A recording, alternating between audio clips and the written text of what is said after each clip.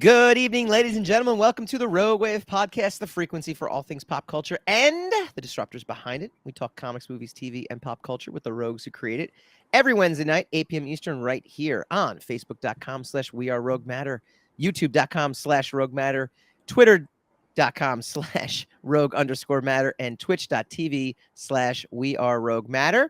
I am your host, Michael Dolce, as always joined by my ailing yet persevering co-host, the Lord of the Radio himself, Mr. Hassan Godwin. How are you doing, sir? How are you feeling? I'm fine. Everything's fine. I had a backup lined up in case you couldn't make it. But now she'll just be our guest. It's great. Oh, she didn't know she was a backup. No, she wasn't going to be a backup. She was going to be our guest. I would like to introduce Bevin of Rogue Matter fame, and she also has podcasts with the Nacelle Company, and she's an actress as well too. She does a lot of stuff. Bevin, how you doing? What up, guys? Happy before Turkey Day. That's right. Biggest bar night of the year. I know Hassan's definitely not going out. I can tell you that right now. Do you guys Let's watch keep talking about that. Do you guys ever watch the parade on your TV? No. No? No. We put it on for the kids sometimes. Like the kid, but yeah, I got over big floating animals a long time ago. Like, especially if they're not brought on by hallucinogenics, you know, it's just not the same kind of fun. It's very entertaining if like it's really cold and then the Rockettes perform and then they're barely wearing anything and you just kind of point and laugh at them. You're like, are you freezing? Wow. I know. Gonna be pretty good though. I think it's gonna be very nice for the parade. So anybody enjoying it will get. There's a whole new element to it now. Now I'm gonna have to watch just to see it. Look, I want a full report. That is funny. It's hilarious. Full report next week is done. Full report. Mm-hmm. So, Bevin, we brought you on. Obviously, you were not a backup. You were going to be our guest regardless, but you would have been our backup. You would have been the backup second chair for sure if Hassan couldn't make it. But he's here, and that is a good thing because obviously your Instagram is even Bevin Batspice. You are the biggest Batman woman fan that I know. I don't know if you're the biggest Batman fan who's a woman in the world, but yeah, you are the biggest Bat fan that I know. I am a big Bat geek, that is for sure. That's good, and that's why I brought you on. So we got later on coming up, we've got the Kevin Conroy interview that I was lucky enough to do at Wizard World. It was when it was Wizard World, Philadelphia, back in 2019. We'll bring that up, and we'll get your musings on it as well too, because you were able to interview him I think several times or just once at least, but it was at least twice, and then I wrote an article for Screen Crush 2 months ago about why he was the best Batman, and then when he passed away they retitled it and it boosted and it got a lot of views, and it was touching how many people were like, oh, I needed to watch this today. So we definitely we will, pay tribute to him. We will remember him, and we will have, some great audio clips from our time being able to interview him as well too. So stay tuned for that. But first, we are going to talk about Rogue Matter. RogueMatter.com. We've got everything up there is still free. You could read Time Traders 1 through 4. You could read Making Markham 1 through 3. You could read McBride and Groom #1 plus a preview for #2. It is up on RogueMatter.com. Go check out. There's ebooks too. It's not just words with pictures. That's what I like. I like words with pictures, but it's ebooks as well too. Sealifier. You can also. Here's the thing. You'll always be able to download the awesome podcasts, the talkback podcasts that Bevin has hosted. Sealifier, Emergence, Tales from Tundo. So anything that we have, we try to do a nice talkback podcast to go with it. So Bevin is the amazing host on that. She does an amazing job on those shows. Please go check those out. You could download those wherever major podcasts are available, but you can find it at RogueMatter.com. Go check it out now. Big changes, some cool stuff coming in 2023. But for now, just go read. Just go read and have fun. Read, listen. Hassan, what else can you add to that? I don't think there's anything you can add to that, right? Like there's nothing. No, it was scintillating. It was also, right? Yeah, I know. I'm riveted. I'm going there right now. I'm going to quit the show and go there right now. You can get covers by Hassan. See, I mean, there's just a ton of stuff there. So go check out roguematter.com. All right. We like to call this segment All Around the Rogue. We like to talk with rogues. First of all, Bevin, why would you consider yourself a rogue? I know you never have, but why would you? If someone like myself on a podcast right now just asked you that question, what about you makes you a rogue in this industry? Well, I like to create my own content and, march to the beat of my own drum, if you will. I have made a lot of music video parody videos that are on YouTube. 3 of them, actually 2 of them are a Star Wars Christmas music video. Oh, geekdom. Hassan needs to see that like right now. No. Now he's really quitting the show. Now he's like, I'm gonna. I can see his face. He's like, no, I'm good. Yeah. Anything with the word Star Wars and Christmas in it, I don't do it. We also did make a Christmas Star Wars special, Christmas nothing. Yeah. We also did make a Rogue One Star Wars music video that did pretty well as well. We brought in the 501st for that, and we had re-lyricked. I have no doubt that they're brilliant. I have no doubt. Brilliant's a bit of a word there. Wow. That's Dolce's back up. I am your guest. That's Dolce's endorsement right there. Jeez. I'm taking you out of my sizzle reel. That Bev and I are friends. See, I can do that. See, I can welcome her as if I'm talking to you. See, that's the publicly embarrassing your friends is a thing. It's an affection that you show a lot of people. Yes. If you can't publicly embarrass your friends, who can you publicly embarrass? I mean, okay, but why would you call yourselves Rogue? Just because you work at Rogue, therefore you are Rogue? That's it. Yeah, our show had a different title. It's not as creative as mine. Come back to me when you make your own Star Wars Christmas music video, okay? I was told though. So this was when everything went down where we were brought into the Rogue Matter fold. I said, no one's more rogue than me was what I was told, because look at everything I've accomplished without any major studio backing. That's true. And then 2 years later, we still have no major studio backing, and look what we're doing. It's great. Works out good. Awesome. That just froze. Hassan, why would you consider yourself rogue? Because you're the Lord of the Radio? Because against everyone's better judgment, I'm still here with you. Oh, that's kind of a rogue thing, Doesn't that make it like rogue on us? I've been told by scholars that I should, I don't know, find my intellectual equal, as opposed to, slumming. No, there's no fun in that. But though. It is what I. I mean, sure you could. Yeah. We all could. I mean, we all could be like with people that we should be, having a podcast with. But instead, I don't even know. All right. Like, what exactly? What do you mean when you say rogue? Because I've never had this conversation with you. I know what rogue means, but I mean, like, when you say, like, what's the connotation when you say it? I honestly have no idea. I think we actually have had this conversation. And you're asking other people what makes you rogue. You don't even know really I'm searching rogue... for the answer, clearly. The answer clearly is Star Wars music videos that are exactly. Yes, I have made none of those. So I guess you know what? Honestly, I am not a rogue. I am no rogue. I'm an aspiring rogue. I'm a rogue because I have comic books behind me that are mine. That's as good as everywhere, man. I got comic books and novels and music. And no, that are mine. Stuff. That so do I. These are all. But no, you have a giant green screen that you still haven't put any background behind. Well, yeah, because the bookshelf and everything is behind the green screen, and all that stuff is mine. So I don't want anybody. You're rogue because you're hiding your rogue credentials. I'm hiding my geekdom, my shrine to geekdom.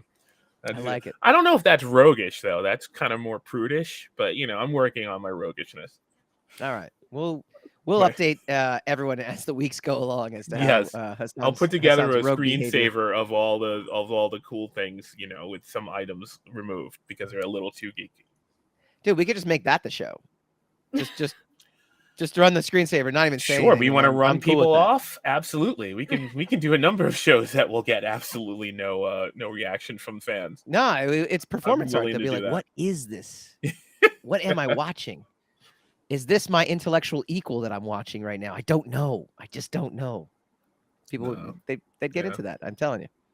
Do you know, Bevin? By the way, we get yelled at for for. There was a previous interview with you back on our old show, and apparently Hassan and I just talk the entire time. I don't know, something like that. And everyone keeps saying like, "Let your guests speak," like "Let your guests speak." Yeah. But that being said, we haven't learned anything since then, and B, I think you kind of just enjoy sitting back and watching this. Like, I feel like there's just a level of entertainment to this. I like you just keep saying we, like I'm the one who doesn't let her say anything, right? I'm not letting her say stuff. In fact, I'm asking something directly to her right now. Okay. But see this right here? That's exactly what ends up happening, though. Right. Wait, what was the question? We just keep speaking for you. Oh, okay. Typical mansplaining. Right. Whatever. Move on. Wow. I don't even know. We're not even mansplaining. We're just like man babbling. You know, that's it. Like we're not giving you the. Yeah, I haven't explained a thing since we started this. I haven't explained a thing since I was born, basically. So I don't explain anything. But true. I do. Erin babble. says she's going to get the burn cream. That was great. I like it. Well, I feel like you guys have tried to explain what Rogue is, and I'm the only one that brings something completely outside of the box to the table of this conversation. I like it. Yeah, I like it. Well, that's why we have you on. We were just kind of humbled by the Star Wars video thing. We didn't have anything that matched it, so we just started I knew about it. You've not even. I will say I like when you're in your Star Wars pajamas. That's what gets. You mean the Stormtrooper onesie? Yeah, they look comfy. I'm not gonna lie. It's very comfortable. It's also Hassan's got a pair too. Yeah. I have a Chewbacca onesie, but it's not as comfortable as the Stormtrooper one. I'm gonna be real. Hassan, how much money would it take to put you in a Chewbacca onesie and have you do a Star Wars like holiday music parody?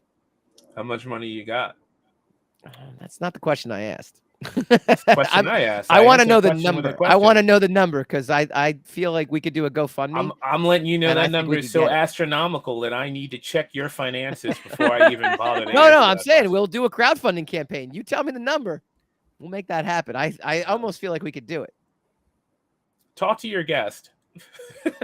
I mean, leave me alone. All things Erin are possible. says only if I get to be BB-8, but how did she know what my Halloween costume was? I didn't show that to anybody. You kind of give off BB-8 vibe, though. You know, alarming. You are very BB-8 in essence. Are you guys all right, we got a lot to talk about. Yeah, let's go. I think. Let's see what. Let's start off with some positives, right? Indiana Jones 5. Okay, images were released. If you say so. No, you're not. No, well, what is it?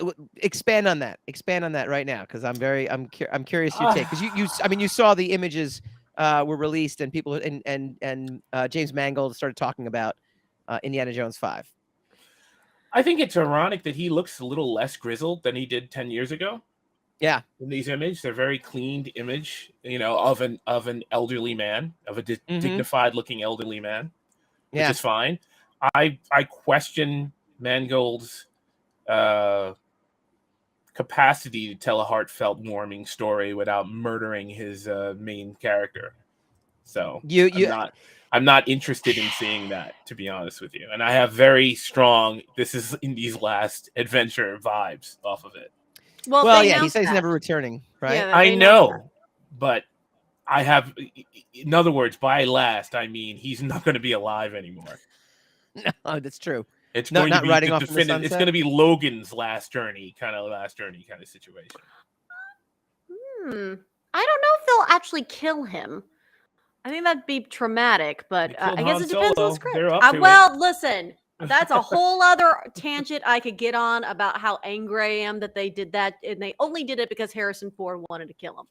And I'm sure Harrison Ford has more affection for Indiana Jones than he does for Han Solo. This is fine. I'm fine with it, but I don't know. That seems to be the go-to these days. That's the emotional outlet for all young directors. Like, find something old and heartfelt and murder it. Which is why I'm surprised that Ryan Coogler did not do that to Rocky, which would have been the thing that would have absolutely turned me against that movie. But he didn't do that, so that's why. Sly Stallone that's why I read an Krieg is interview with him. It's okay. I'm They not. did They plenty wasn't. of that in Wakanda Forever, though. I was, yeah. Wow. There's No, I read an interview with Sly Stallone, and they said they didn't even invite him back for like no, Rocky that's not 3 true. That's not true though, because he said he quit. He said he's going to quit. He wasn't interested in being in coming back, and then he said that they didn't ask him to come back, and then he said, well, they, he didn't appreciate the way they were taking the characters, so he didn't want to be part of it. But then so they said, okay, well, we'll write a script without you, and if you want to be part of it, then you just let us know, and we'll put you in it. And he was like, no, I don't. And now he's upset that he's not in it. So it's kind of an all over the place situation, which I'm sure that the truth is somewhere in the middle. Either he got mad and he was like, I don't want to come back. And they were like, we don't want you back. It sounds like no matter what, he's pissed at the producers for owning the rights. Yeah, because he said he would make another movie with Michael B. Jordan. Michael B. Jordan, but he wouldn't do it with Ryan Coogler. So something's up with that. Not good. Drama. Whom he described as that other guy. I wouldn't do it with that other guy. So let me ask you a question. Both clearly of you guys know something is wrong when you don't mention that person's name. Let me throw a question out to both of you guys.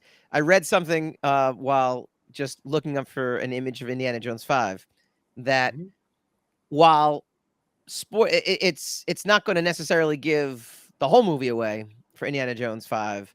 It's definitely what I would consider spoiler, and I actually wish I hadn't read it. So don't tell us. Well, that was my question.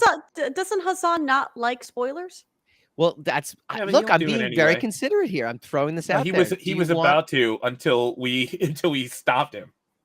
No. I'm asking right now. No, I don't. I would rather not know. But I mean, if you can't go on with your anecdote without telling us, then no. There's no anecdote. That was a legit question. I will say this: what the nugget of information that I received via my eyes, I didn't. No one actually gave it to me. I found it, and it's all over the news right now. Has me both upset that I read it because I like to be surprised as well. I like to be kind of in there, but also extremely excited for the new movie. And the images look good too. More aliens? No more aliens. As far as we can tell, there's no more aliens. The one thing I will say, also, the time period this is going to take place in leaves me very 70s. Excited as well too. Is it Well, I the was trying 70s or not the to say anything. 60s? I Well, heard no, it but was I 60s. I will hear not it was say. like 1964. I don't think that's a spoiler though about the time period. It could be. I mean, it could be considered. Any nugget of information could be considered a spoiler, right? Okay. Well, with the pictures, that also could give away a time period as well. I don't know. He wears the same outfit. At some point, True. I got to tell you, is it one of those things that does it ever go out of style? It kind of does, probably. Like, I don't know if he's walking around in the 60s or 70s, how that look is gonna really. Well, I mean, the characters are making fun of him in the 30s for dressing like that. So I mean, True. I'm sure he's over it. He gets made fun of in every era. Victim. Yeah, I think didn't know what's her name. Didn't Kate Casher ask him if he was a lion tamer? So she was mocking him in the second movie. So how many movies have there been? 5, right? This is going to be 5. This will be 5. This will be the 5th one. Yes. Yeah. This will be the 5th one. Aaron says I got the same outfits I wore in high school. That's very true, actually. I am wearing a shirt that's that could be in high school right now, and I feel good about it because I actually saw a picture of me in this shirt recently. I still pull it off. So, if I'm Indiana Jones, that's what I must be thinking. Cell phones. It's a good thing. Cell phone. All right, moving along. There's some Avatar 2 news as well.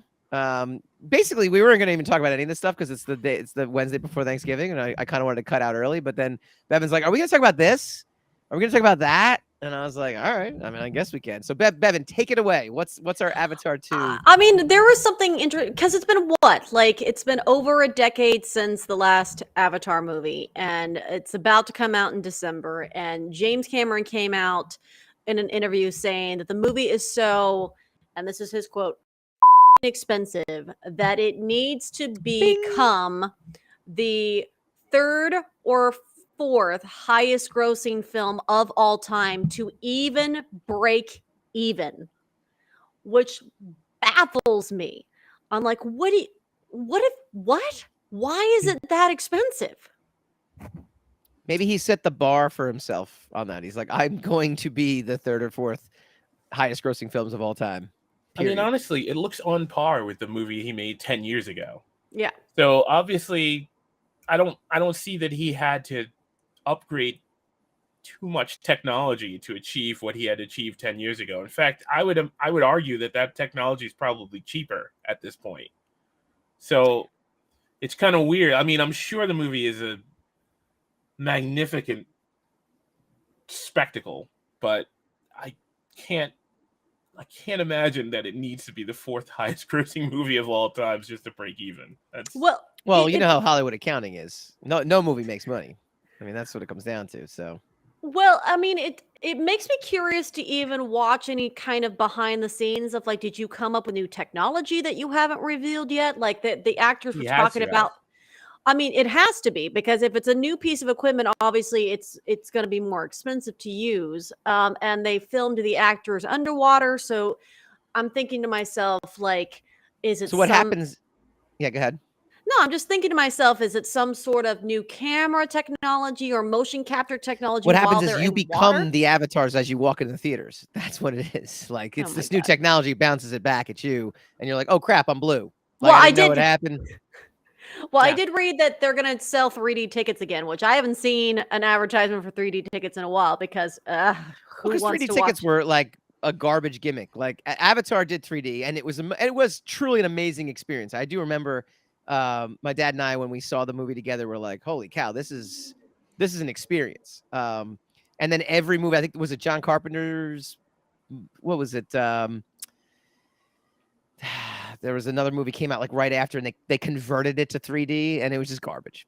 Yeah. Like it was just absolute garbage. And 3D became this like gimmick because look, that's what Hollywood does, right? If you make a lot of money on gimmick A, they will then say, well, we are gimmick 1A, and you should come and see it, because if you enjoyed it, then you'll pay the extra money. It'll be great. And it was awful. And people eventually stop, paying for the 3D ticket.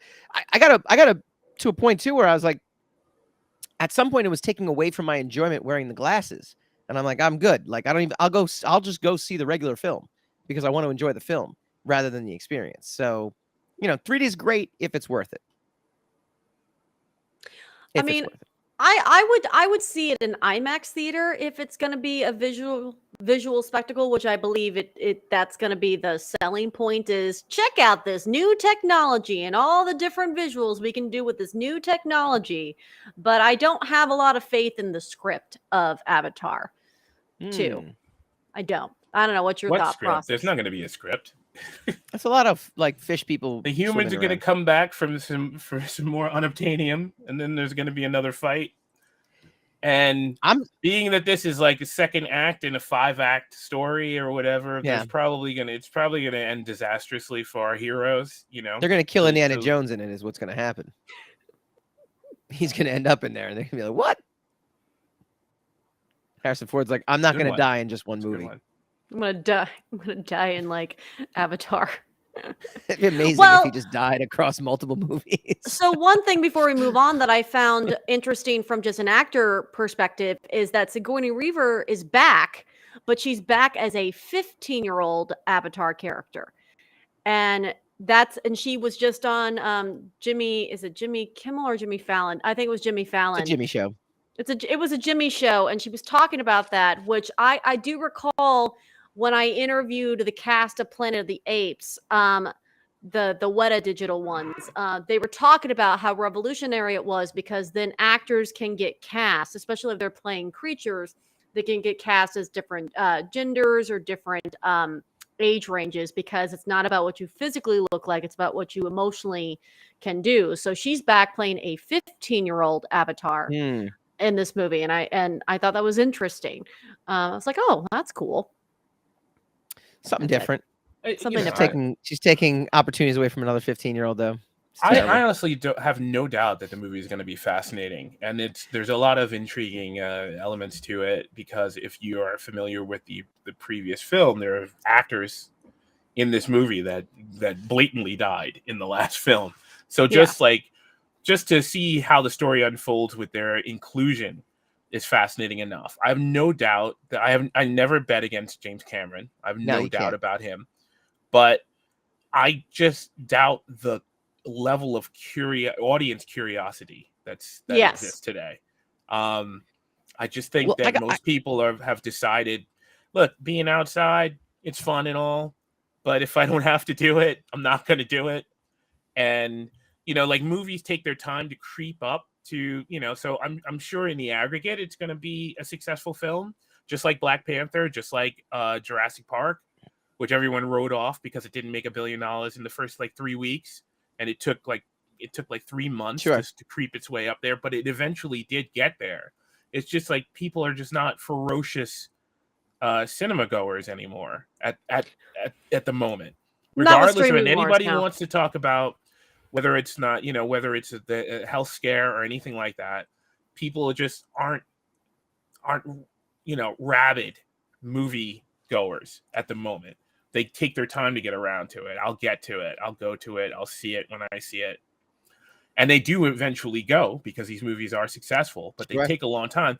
And the new scales of success haven't caught up with the social revolution of people not running to the theater. So I've seen a lot of the movie punditry called a bunch of movies like flops that have turned out to make $900-700 million or $1 billion, but they had already written it off maybe 3-4 weeks ago.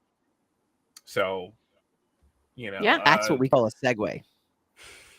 That's like vintage segue material right there. So the irony of what you're saying is what Quentin Tarantino recently, and we'll wrap all around the rogue. We'll talk in memoriam next segment for a couple folks who have passed on in the industry, but we'll wrap our all around the rogue segment with what Quentin Tarantino said recently in a podcast, as documented by Hollywood Reporter. The article that I actually ended up reading, though, was that he gets blowback for saying Marvel actors are not movie stars.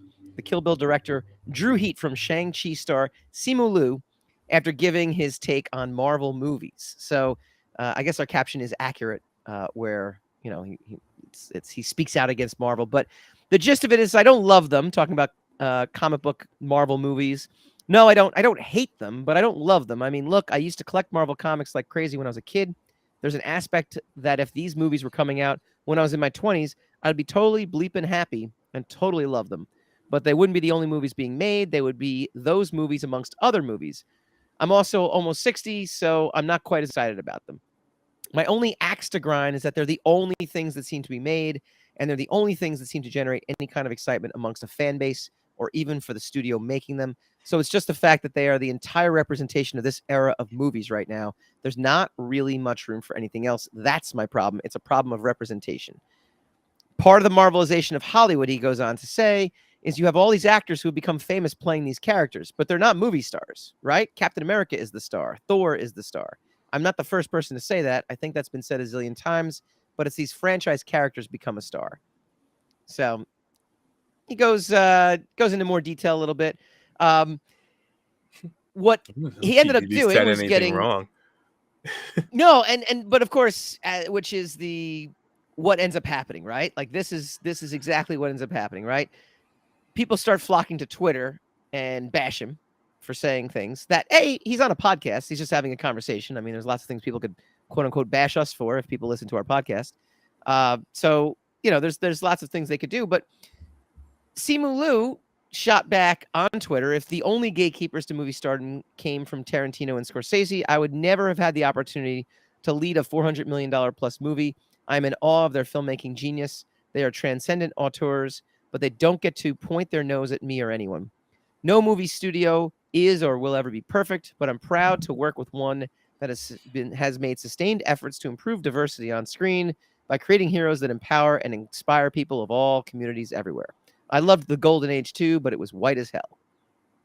This is Hassan. You've actually said this before, and I think it's the most accurate. You say that line, and then you speak my name right after it. Okay. Representation of what the internet is. It's another country, and it speaks its own language, right? Only if you pay attention to it.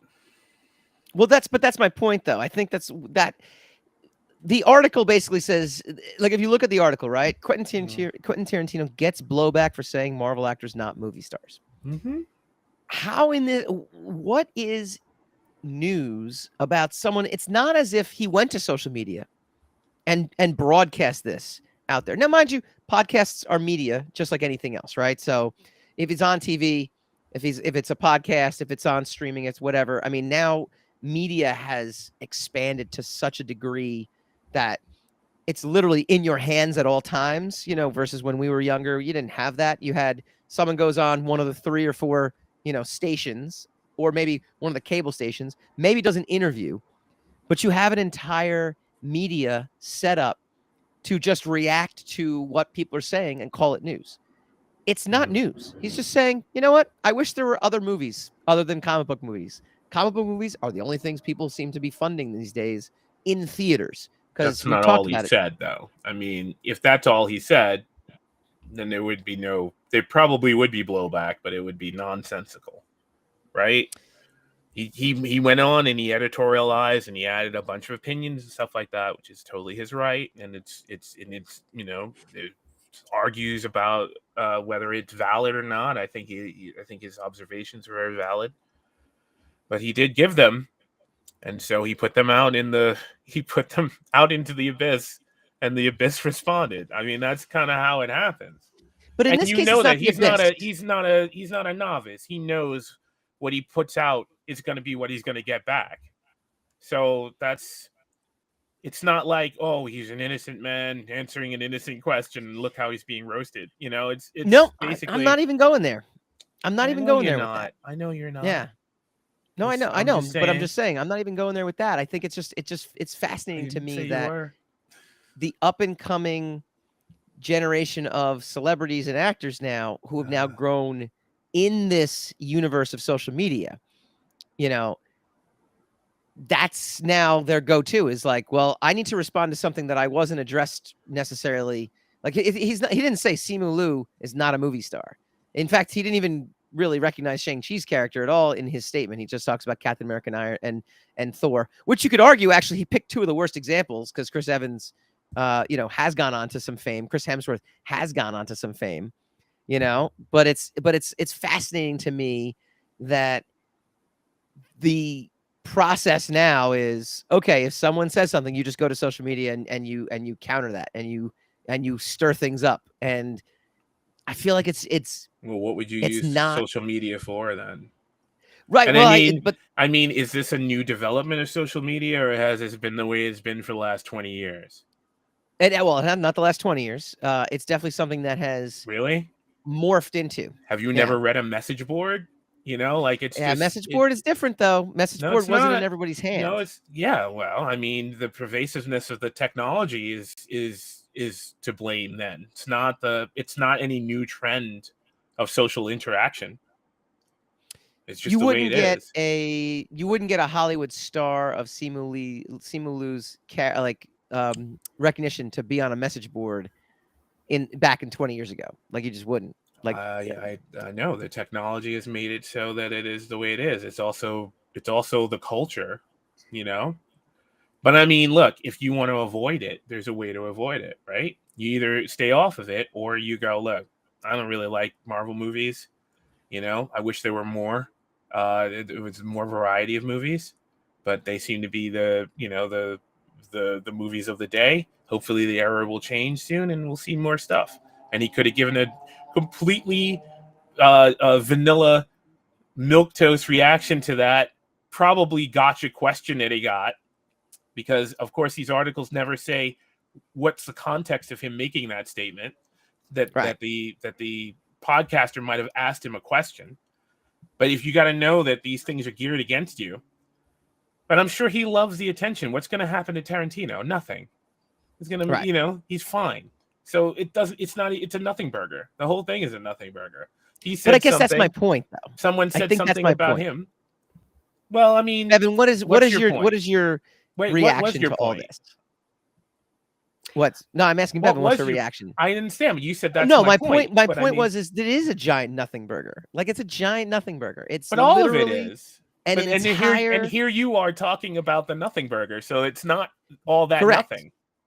No, but it So there is. you go. It's still nothing. Even the nothing I'm talking about is nothing. So let's hear Bevin talk about nothing then. I mean, I guess I would circle back to why bring up this topic if you have a certain question you want to ask about it, because I think what you're trying to insinuate is that our media, because we are feeling pressured to pump out constant content, that this has become a story because the media channels need constant content. Yes. And this is something that media outlets around the globe, because I'm sure this became a story somewhere, is just like, oh, this is something that we can put in there to spark a conversation. Because this topic has been brought up several times. I mean, Bill Maher has said something about it that got blowback and it became a story. Martin Scorsese said something about it and then it got blowback and it became a story. It sparks conversation and debate on the relevance of comic book films so right now. frequently that you got to accept that anybody who engages in it knows exactly what's going to happen to them once they do it. Correct. And I think Tarantino maybe felt compelled to say something, because maybe there's a film coming out soon and his PR team is like, hey, can you circulate, because you know that saying that no press is bad press. Yeah, start some heat. Yeah, start something, because controversy just makes so much money for everybody. And I wish that wasn't true. And I think that's kind of the point of all of this, is that this should just be a dialogue, not a, oh, Tarantino got blowback and this actor attacked the filmmaker, when I think they just are gonna, I think from just the statements that both of them said, it just seems like an opinion versus an attack. Well, that's the thing, though. One That's my is, point. I think, genuinely an opinion, though, and I think and you're on a podcast, you're being interviewed, you ask a genuine question, and I actually give him credit. He just gives a genuine answer. He says, "I don't love him. You know, I wish that was the case. I wish they weren't making them. I wish that it wasn't the only thing studios seem to really be behind." I know he's referencing, obviously, because look, there are tons of movies being made. They're just not being made for theaters anymore. They're being made for streaming platforms, and he's looking back to the old school, like going to the movies. So he misses that, and that's fair. I just love it that Simu Liu, felt compelled to respond to it. And you could say that, yes. Well, but think about it, because maybe his PR team was like, you haven't been in the circulation in a while. Yep. Get your hat in the game. I think it all just comes down. I don't even think his PR team had to do it. I think it's they're just trained now. People are just trained. They are just trained. Okay. They're just trained to start a conversation that can get labeled as controversy or people attacking each other, because again, that sells. It gives clicks. It sparks a conversation. I would like to change the dialogue towards, like, these two have a debate going on right now. Yeah, but that's not going to happen. But it's not going to. What are we going to talk about today? Well, here, let's talk about this furball, this complete circus that just happened. Let's all go to the circus today. I mean, it basically it worked because it is a topic on your podcast now. Yep. So, and that's the vicious why cycle. It happens. That's the vicious cycle of like this. I mean, that's my thought process on it. I love it. I mean, I think there's definitely a whole machine behind it that makes it kind of hilarious, though, to sit back and read these headlines. I think there's something about these headlines that I'm more or less attacking the headline than anything else when all is said and done. Well, and because the headline gets you to click on the article, and then you read the article, you're like, I don't know if that was an attack. Just jump straight to the third paragraph of every article, and you'll know exactly what the point is, and you'll know that the headline was BS. Yeah, that's how you navigate the clickbait. Because the article 90% of the time, the headline is a question that is designed to be a statement. And it's not even the basis for what the meat of the article is about in the first place. It's all nonsense. And it's all about getting the clicks and the impressions and more, because there's, again, a plethora of media outlets, both on mainstream, on apps, on, Twitch, all the places that you even say, hey, you can find us here on Facebook, on Twitch, on Apple Podcasts, on Spotify. People are in constant competition to get their numbers up, to get clicks, to get impressions. And these are the easiest ways for people to get clicks. Well, makes a lot of sense. All right. What do you guys think? Put it in the comment field. And I love that we don't actually debate what Quentin Tarantino said there. I think that's what it comes down to. I don't want to debate what Quentin Tarantino said. It doesn't. But It maybe you guys do. Doesn't warrant a debate. It's his opinion. It's He his ain't right opinion. or wrong. It's just an Right. opinion. Right. So, but I'd love to hear your comments. Put it in the comments field. We will respond back, and we will write back, and we'll have our own little mini comment debate, because that's what we do. That's what we're paid to do. It's very exciting. All right. When we come back, we will discuss. We had some distressing news in the last 2 weeks or so. Some fan favorites, some beloved childhood icons passing away, but we will pay tribute to both the Green Ranger and to the voice of Batman when we come back.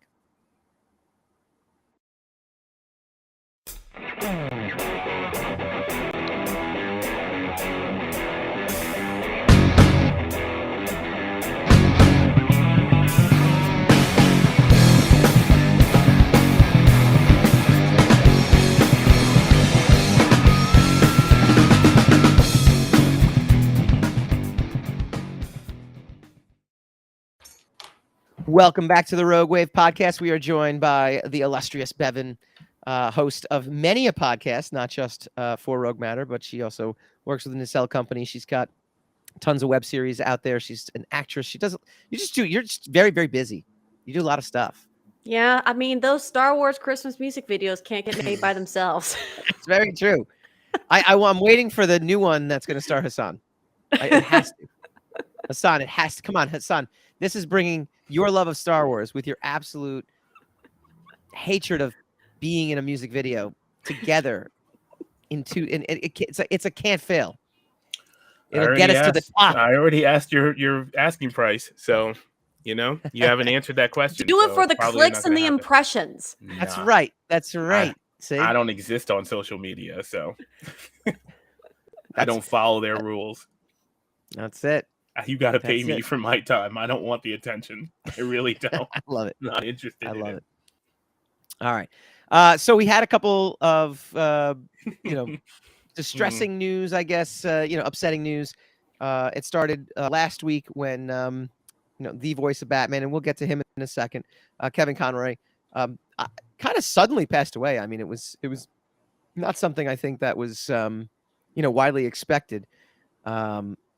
But it happened. And then it followed by Jason David Frank as the Green Ranger. Now, to be fair, Power Rangers was just after my time, so it was not like wrapped up in my childhood so much. But obviously still a great loss. But Victoria, I know, Bevin, I know you are absolutely a Power Ranger geek. You grew up with it.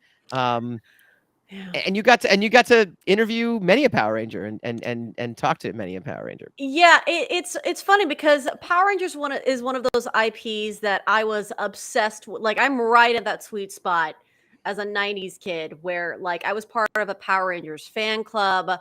My dad begrudgingly took me to see the first Power Rangers movie. Like, my brother and I dressed up as Power Rangers for Halloween. It was a big deal. They were a big deal. And then you go back and watch it as an adult and you're like, oh God, this is terrible. This is awful. So it doesn't age as well as like the Batman animated series. But I will say this, like Jason David Frank, when he came to Power Rangers, all of the boys immediately wanted to be him because he was brought onto the show as a bad ranger first. He was an evil ranger that Rita Repulsa Green Ranger. Yeah, that Rita Repulsa like put a spell on him, and he worked for her. And my God, his Zords were so cool, like the Dragon Zord, and he summoned him with his little. That was really cool. And then what ended up happening after that is that they brought him back to be the White Ranger, and that was actually my favorite iteration of Tommy. Was him as the White Ranger, and he became the leader of the Power Rangers, and that's the version that you saw in the first Power Rangers movie with Ivan Ooze as the villain, which was a great villain. It's still to this day, I can watch that movie and be like, that guy that played Ivan Ooze, killing it in that one. And then after that, Tommy was actually the only Jason David Frank was the one that came back to the franchise the most out of all the Rangers, probably second, followed by Austin St. John, who was the OG Red Ranger. Tommy then he went from green to white to red. So he was in Power Rangers Zero and Power Rangers Turbo, which was a movie that was terrible. But he was a Red Ranger there, and then he came back for Power Rangers Dino Thunder in the early 2000s, I think, at that point, and he became the Black Ranger for that one. And then he showed up for a couple more Power Ranger specials, and there's an epic YouTube, I didn't watch this, but in one of the Power Rangers anniversaries, because this franchise has not died. It kept going. It's still going. Much to my surprise, I got to be honest with you. Well, I mean, it's they were borrowing the IP from Japan, and they made all of this B-roll content. It was very cheap. Very cheaply made. There's a whole backstory that we can get into later about what happened with the American actors that played the Rangers and why 3 of them ended up leaving because of pay, basically. But Tommy came back one more time for like a Power Rangers anniversary special with other Rangers, and then there was this one episode where he fought an evil version of himself, where he got to utilize all the powers of his current Ranger, and he had the reputation at Comic-Cons for being very devoted to his fans. Like he was at a lot of Comic-Cons. His lines were always really long. He always stayed. There's so many people that I know in the Comic-Con community that were completely heartbroken and devastated. I unfortunately never got to. I think I did an email exchange with him once. No, I think I did. But I never got to physically interact with him in person. But the Rangers I have met, the OG Red Ranger and the Blue Ranger and the OG Black Ranger, they're all completely devastated. And the OG Pink Ranger, Amy Jo Johnson, even went on Instagram to have like a moment with everyone, and she's like crying, and it's so sad how he died and why he died. There's new details out about it, and I'm sure it's not going to help any of the fan communities like grapple with it. It was very shocking. Yeah, no, I obviously, any kind of news like that is leaves people heartbroken, but to know 49 years old, still very beloved, it's never easy. It's just never easy. And same thing when the news dropped when Kevin Conroy, the voice of Batman, passed away with a what I read was not a long battle with cancer.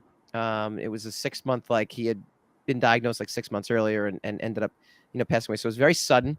It was very quick. It did not it was almost akin to like the Chadwick Boseman, where we didn't even know he had cancer. I know he didn't look great though. I think from a physical standpoint, I felt like I wasn't as shocked when I heard that, because it kind of made sense just seeing some photos of him and some pictures of him recently, to where you kind of say, okay, I guess something happened. But other than that, I mean, even that, to be honest, very, very shocking to hear. Now you did get to interview him multiple times, so talk to us about your experiences with him and why he was your definitive Batman. Well, I mean, if you want the why, people can, go to the article that I wrote that Screen Crush did. And I poured my love of Kevin Conroy into that article that I wrote about why he was the best Batman, or the ultimate Batman to fans, especially 90s kids. I mean, I was introduced to Batman, just the Batman character, through the cartoon. Like, I was a kid, I wasn't reading comic books at that time, and I want to give Kevin credit that because of the cartoon, I did. I went and watched the movies because of the cartoon, and that was the Michael Keaton Batman I went and watched after I was exposed to the animated cartoon Batman, and and Kevin's been Batman. He's played Batman, I think, for over 30 years at this point, and he didn't just stop at the animated series that ages like a fine wine. It's nice that you can watch a cartoon and get something different as an adult out of it. But he went on to voice Batman in the animated series. He briefly appeared as Batman in the Superman animated series. There was Batman Beyond, which was a great cartoon in general. He played an old Bruce Wayne. great concept and story. The writing team and the production team of these cartoons was great. The Justice League animated series, which is ironically my favorite version of Kevin Conroy's Batman, only because he's allowed to have more flavors. Like Batman animated series was very noir. And here he was allowed to be in the Justice League animated series, he was allowed to be hilarious, sarcastic, vulnerable. He sang at one point. He had a beautiful singing jazz voice. And he got to interact, and you got to see him just be a boss, like the character of Batman be a boss against all of these gods, all of these people with superpowers. And he just has a super bank account, and the fact that he's really brilliant and has a good detective. And gosh, it was, and then he went on to voice Batman in the Arkham games, which were wildly popular. I think in 3 of them. He did 3: Batman Arkham Asylum, Batman Arkham City, and I forget the 3rd Batman. I'm sorry, Kevin. But yeah, I got to interview him a couple of times, and he was always very kind, soft-spoken. His poor handler was like, can you try and keep your questions to be as simple as possible? Because Kevin felt the need to want to answer a question fully and completely, which would take time, and they would run behind. And he definitely had a, it's in the article that I wrote, or the video essay that I wrote, where he had a very firm opinion that Batman should not kill from a character perspective. And there's that sound bite in there that Screen Crush put in of me interviewing him about that. And I thought it was just so touching. And Kevin was also somebody that Batman fans would ask his opinion on current live action Batmans and what he thought of them. And what, you know, he also was another one that would have long lines, and he would hug people. He was part of the Comic-Con community. People would get teary. And then before he died, in Pride Month, he actually released a Finding Batman comic that was incredibly personal. And it was about him admitting, you know, he finally came out as gay. And so now he's the first openly gay actor to portray Batman, and he's ironically the most iconic one. And so I don't want to keep rambling on, but he was always so kind, and he loved to give hugs, and he understood that if it wasn't for his fans, he would not have had the career that he had. I don't know if did you guys really quickly, and I'll pass it on to you guys. Did you guys hear of the 9/11 story that he did? No. Yeah, Hassan, would you like to tell it? So I'm no, you can do it. You do it. You know. It was really touching. So when 9/11 happened, he went down to volunteer and help, and people found out, like the first responders and the firefighters and the police cops found out that he was in the kitchens, I think, serving food to all of them. And people found out that Batman was there, and somebody asked him to like do the "I am vengeance, I am," and he did that, and people just got emotional about it. And then I even heard that there was a firefighter that came up to him and said, "I became Batman because of you." And he just gave away a lot of Batman toys to the firefighters to kind of give to their kids and stuff like that. He was very involved. It was really touching. No, he was a fine actor, and he was a fine human being, and he'll be missed. And as you mentioned, you were lucky enough to have interviewed him several times, which is great, and met him. I also got the opportunity at Wizard World of Philadelphia 2019. And so we'd love to, in tribute, just run the interview one more time so you can kind of hear it. Now, apologies. There's a giant crowd around him, so you're going to hear a lot of crowd noise. Our producer, Erin, did her best, and I think she did a great job of getting as much of that crowd noise out of the way as possible. But obviously, that was the situation. So right now, our Kevin Conroy interview, the voice of Batman. How does it feel to be the iconic voice of Batman, the only voice? It's a job I kind of stumbled into back in '91. Yeah. And when you book a job as an actor, all you know is the few episodes they signed you for. You have no idea that the show will be picked up, or that show will turn into another show. I mean, Batman the Animated Series became Batman and Robin, that became Justice League, that became Batman Beyond, then the Arkham games, and the direct-to-video movies. And it's 28 years later, and I'm still doing it. I mean, it's unbelievable. It's amazing too. We're at the Wizard World Philadelphia show, and Fridays tend to be slow days. Yet your line continually, every Wizard show I see you at, your line is always jam-packed. How does that feel to have such an impact with the fans? I feel so lucky to have played a character that has such a passionate fan following. Fans love Batman so much. They have such a personal relationship with him. And when you're the voice of an animated character, it's like you live in people's imaginations. And so you're living in a very intimate place with them. Yeah. And they feel like they know me. Yeah. You know, they approach me like I'm an old friend. People come up and throw their arms around me. Yeah. Like I'm a family member. Yeah. And it's a humbling experience to know that people feel that connected to you. Yeah. What was your connection to Batman before you got the job? Were you a big fan, a casual fan, no fan at all? I had a very conservative Catholic childhood. We didn't have comic books. But as an adolescent, I got turned on to the Batman series with Adam West. So that was my first introduction to Batman, which is not really true Batman. Yeah. You know, it was a wonderful show. I Yeah. love Adam. They had a great guest stars, Yeah. amazing guest stars. Yeah. But it was done like almost a cartoony kind of version. You know, Zam, Pow, Wow. You know, it was like almost a Warhol version of Batman. Sure. And when Bruce Timm, when I met him through this show, he said, "No, we love Adam, but that's not what we're doing." And I had to kind of come up to speed on the Legends of the Dark Knight. You know, the real, true Batman legacy. Yeah. And that's totally different than what Adam West was doing. So I've really fallen in love with this character the same way the audience has. He's so ennobling. Yeah. His motives are so pure. He never kills, you know? We are a big fan of segues on the show. That was a segue into my next question. What did you think about the idea that Batman kills now? Or the I guess, what would be the Batman versus Superman style Batman? It's taking it into a new realm that would never have existed in the animated world. Yeah. That just wasn't part of our universe. Yeah. And I love the fact that it wasn't. He didn't kill.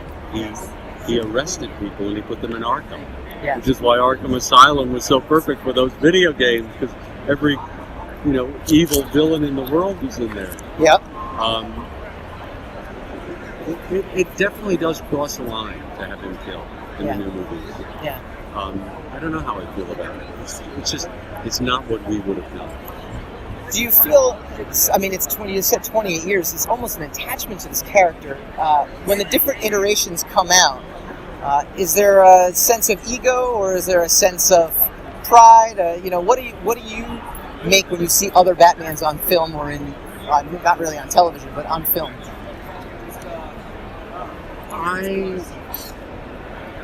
I know the trick of playing the character.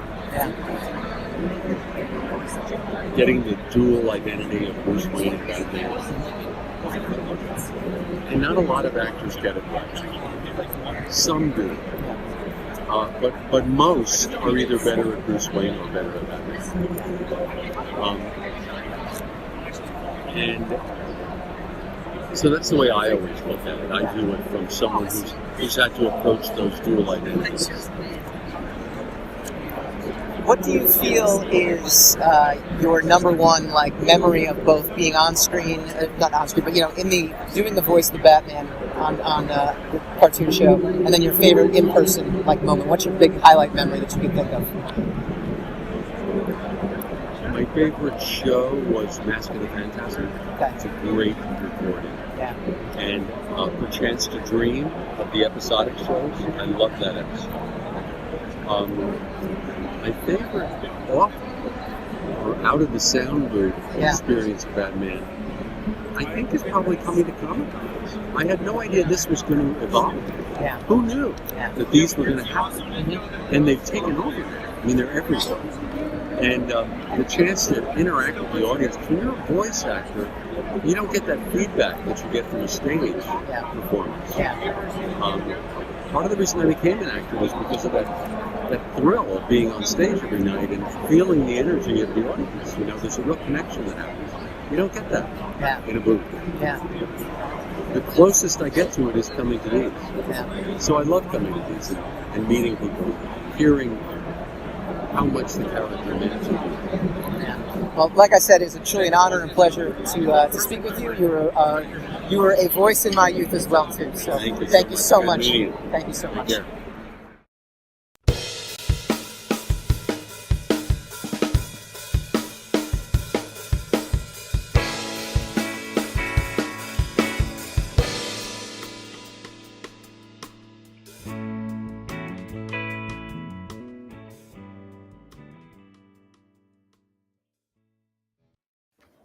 Welcome back to the Rogue Wave podcast. That was again, an short interview, but was really awesome for me.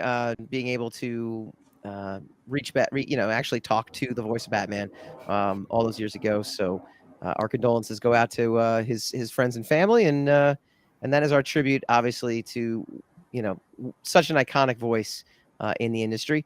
Bevin, thank you so much for joining us. It was. Hearing you talk about him also, though, it's so authentic, the impact that he had on you. And I'm sure that is just echoed in the many fans, of him and his voice as well, too. Yeah. I mean, Hassan, I'm sorry I did all the talking. I would love to hear if you had any stories of Kevin Conroy or what he was for you. I don't have any particular stories with him, but I mean, look, the animated series was just, it's a powerhouse. And I became a Batman fan, like a devotee Batman fan, not so much because of the animated series, but because my uncle was an incredible DC Comics fan, and he kind of latched onto that animated series like it was the air in his lungs. And so we would watch it together. And that's kind of what really made Batman my number one superhero, all the way to the point where I, no need to be negative, but I mean, there are recent depictions of Batman that I have not appreciated because it was not reminiscent enough of Conroy's contribution. So I don't know. I don't necessarily say, me personally, that he is the number one Batman.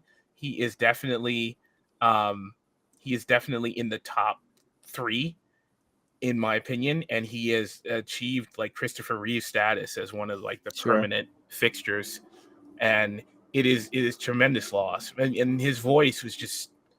His voice sends chills down your spine when you don't expect to hear it. Like when it, in some of the other ancillary materials, like what Bevin said about the games, when you realize that, oh man, they're using Conroy's voice for these games, and it's like, well, that is Batman now. This is definitely Batman. Yeah. So I mean, it nothing I can say is really going to accentuate the contribution that he made in that, and it is like it's ridiculous the loss of not having him around anymore. I did think that last 2 times I saw him, I thought he was looking a little frail, so I was kind of worried about it. So this didn't totally shock me, but it was pretty devastating regardless, there's just not enough to say about it. I just recently cycled through the animated series again, like maybe a year and a half ago, and it's still, 30 years later, it holds up. It's still one of the best pieces of it's one of the best pieces of comic book animation. Yeah. Serialized animation storytelling I've ever seen. It's just fantastic. And he is the whole thing. He's not even 90% of it. He's like 99.9% of that whole thing. So yeah, absolutely. Well, that is our show for tonight. Please do comment in the comment field some more. Let us know your thoughts and your memories of what his voice meant to you. We'd be happy to talk. I'm sure Bevin will respond in kind as well too. And next week we got Andor just wrapped. We will dive into that season finale of the Star Wars series. And we have Alex Suarez, director of the new horror film that is coming out in theaters very, very soon. We actually got a screener for it, so it's going to be very exciting. We'll be able to check it out as well. And that's it. That's our Rogue Wave. Happy Thanksgiving, everybody.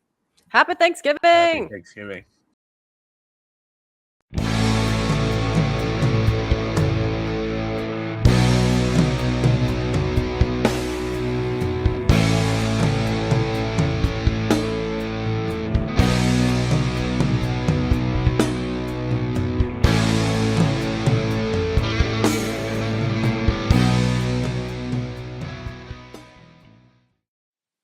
Rogue Wave.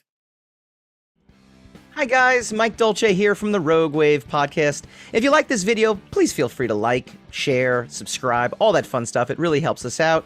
Leave a comment, let us know what you'd like to see in future episodes, and tune in every Wednesday night, 8 p.m. Eastern for a brand new episode of the Rogue Wave podcast.